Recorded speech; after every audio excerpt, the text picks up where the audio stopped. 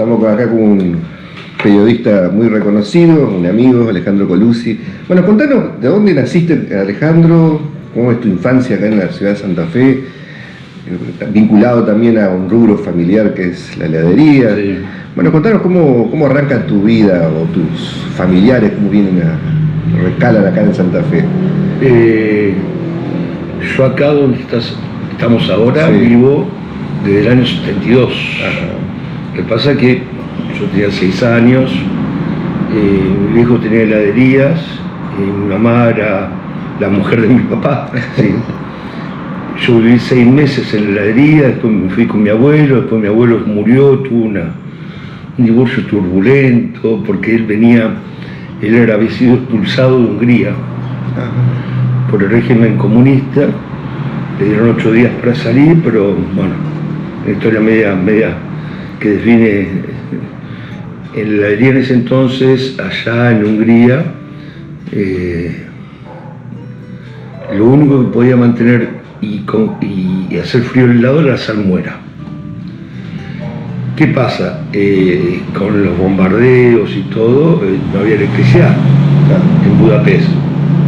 Y mi abuelo había acumulado centenares de bolsas de salmuera.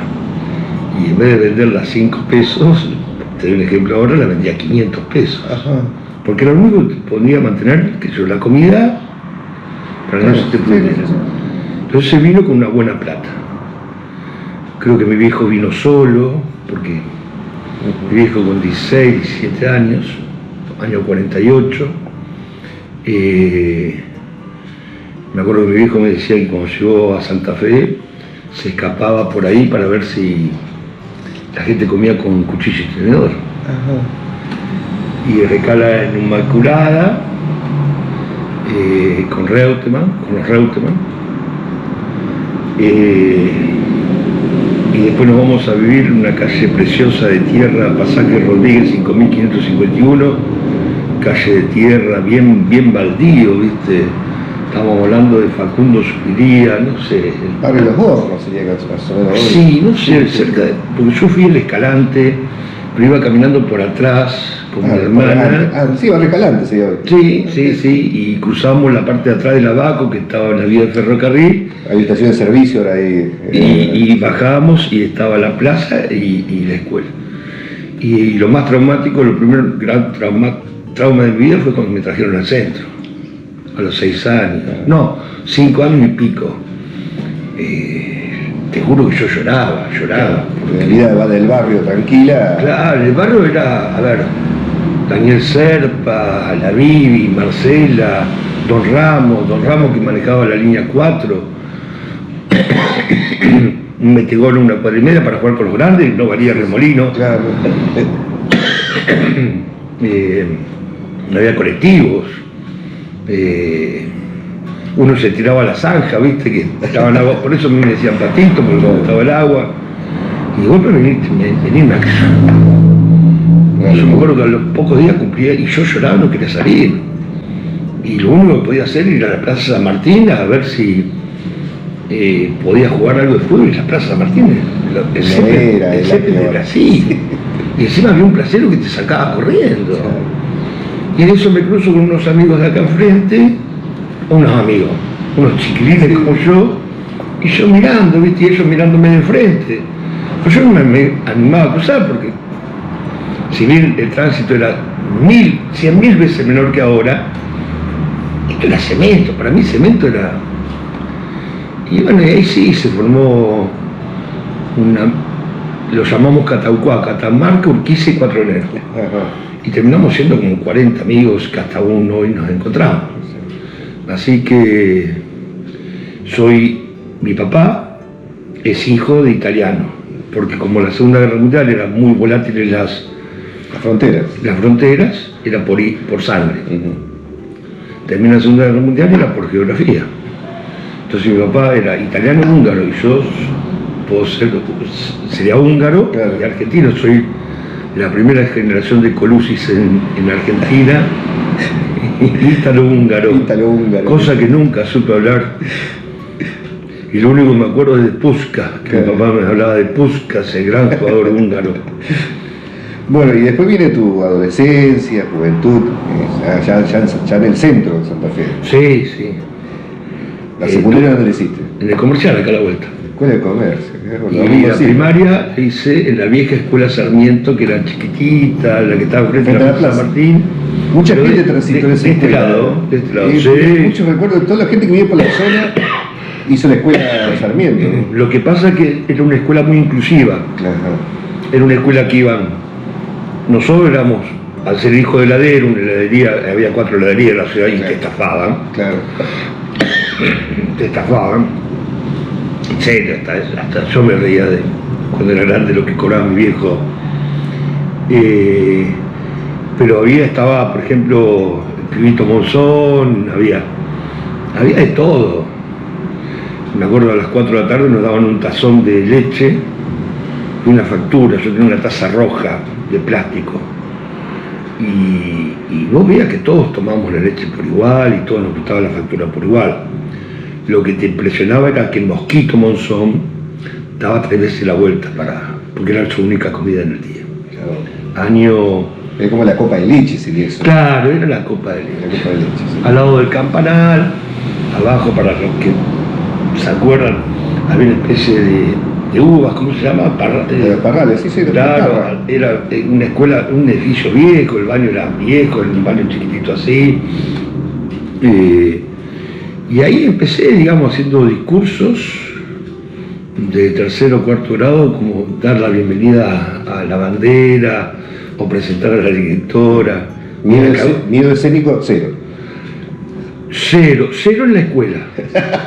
También. No, cero en la escuela, sí. Pero, por ejemplo, yo descubrí mis primeros ataques, no de pánico, que ahora se llaman ataques de pánico, porque claro, mi viejo trabajaba mucho en la heladería, en verano. Entonces, acá todos los amigos